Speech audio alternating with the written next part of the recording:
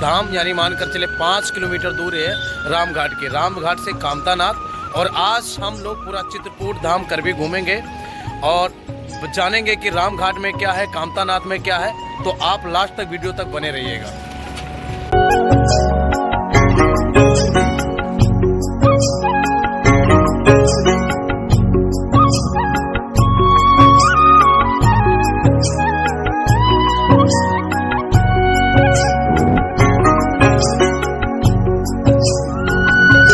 स्वागत है दोस्तों आप सबका। और आ चुके हम लोग पहुंच चुके हैं रामघाट में। आप देख सकते हैं रामघाट जो है मंदाकिनी नदी के पास में स्थित है।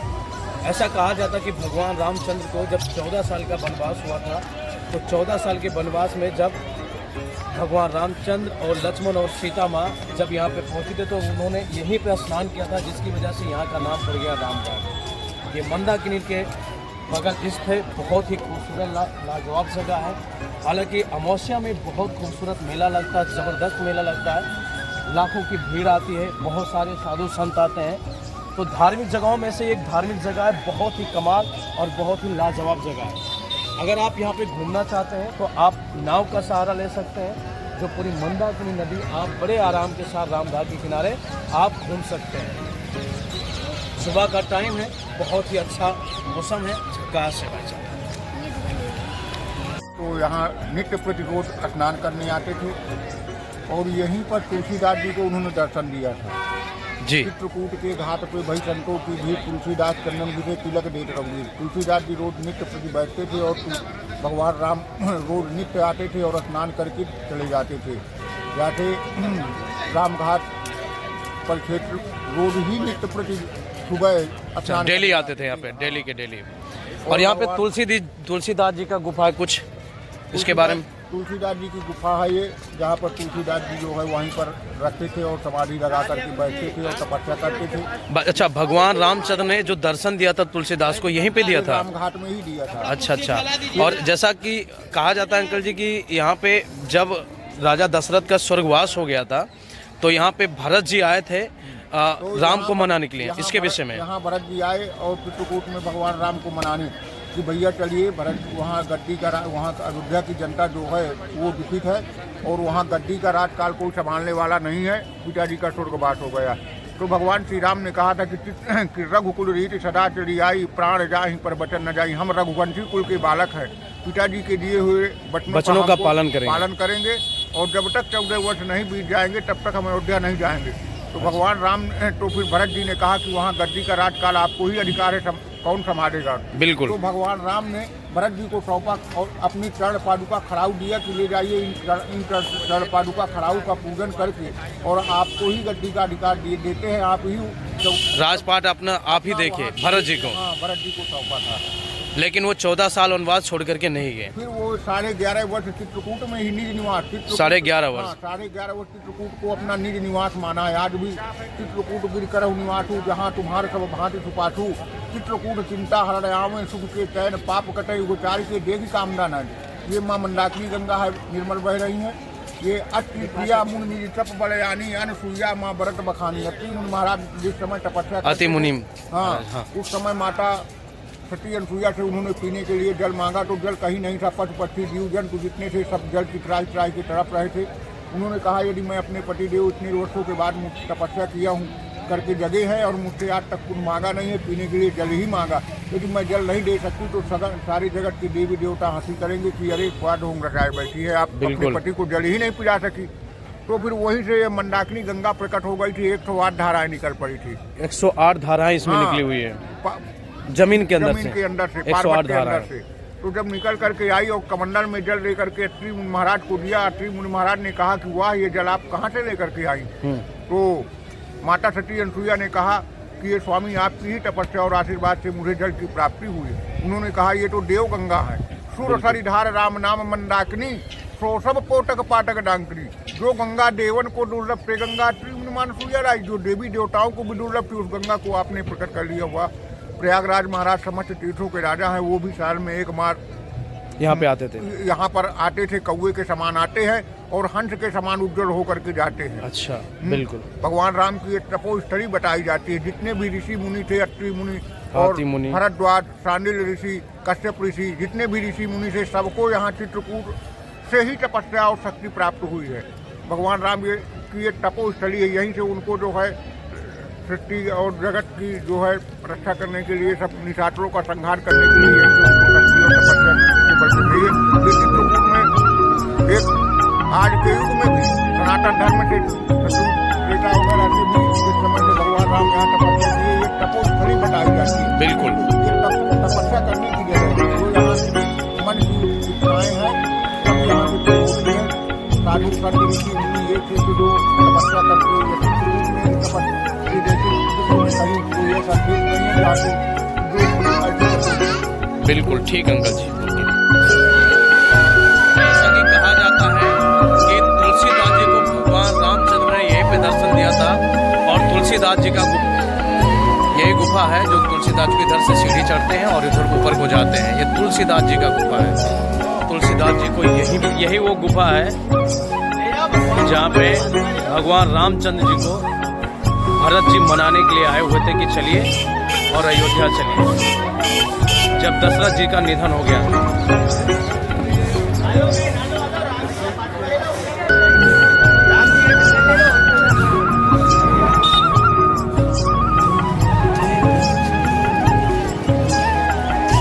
सुबह का टाइम है, बहुत ही लाजवाब मौसम है।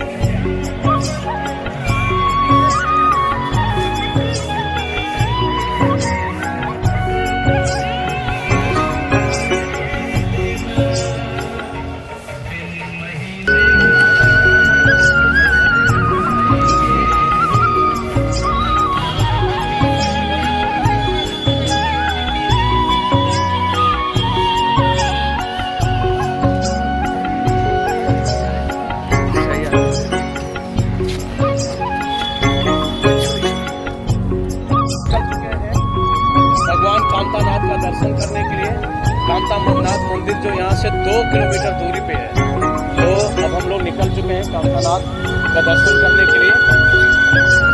कामतानाथ जो मंदिर है वो कामतगिरी पर्वत के पास में स्थित है, ऐसा कहा जाता है।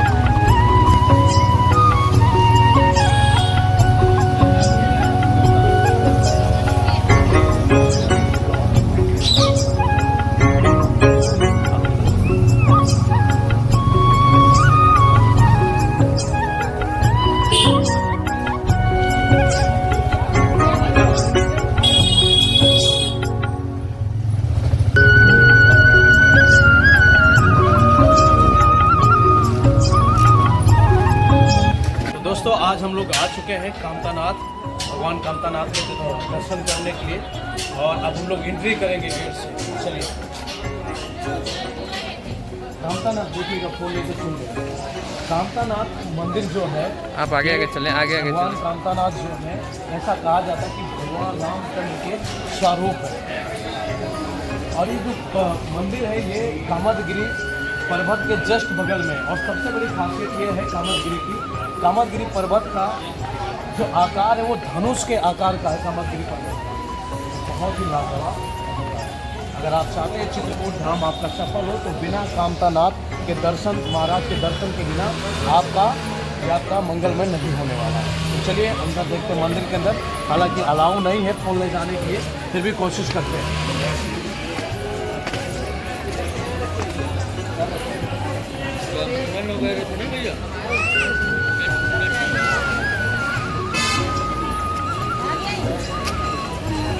आइए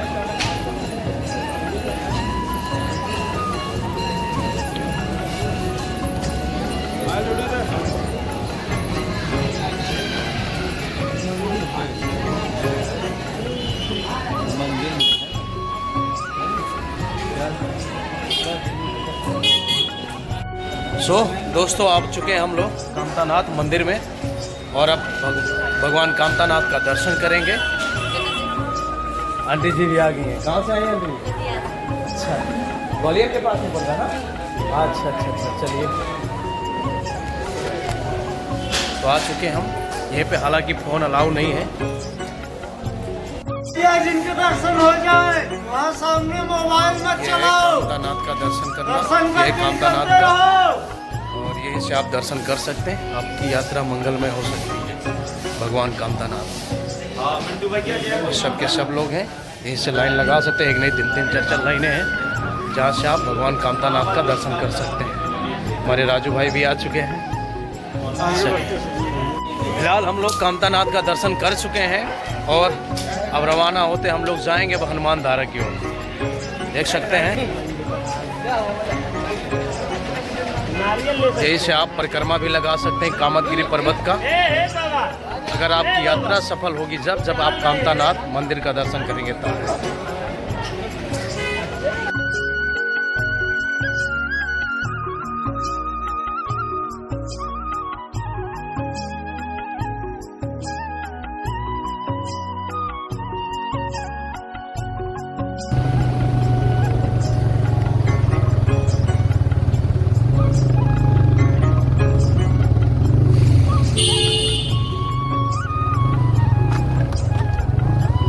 तो वहाँ से खिंचाया जाएगा पूरा और फिर ऐसे निकल लेंगे। क्यों सर?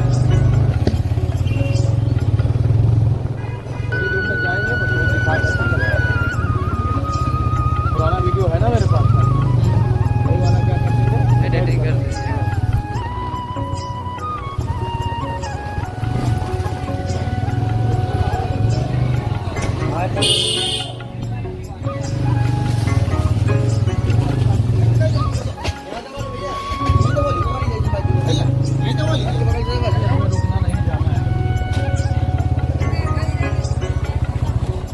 दोस्तों आ चुके हैं हम लोग चित्रकूट की तीसरी जगह पे, जिसका नाम है हनुमान धारा।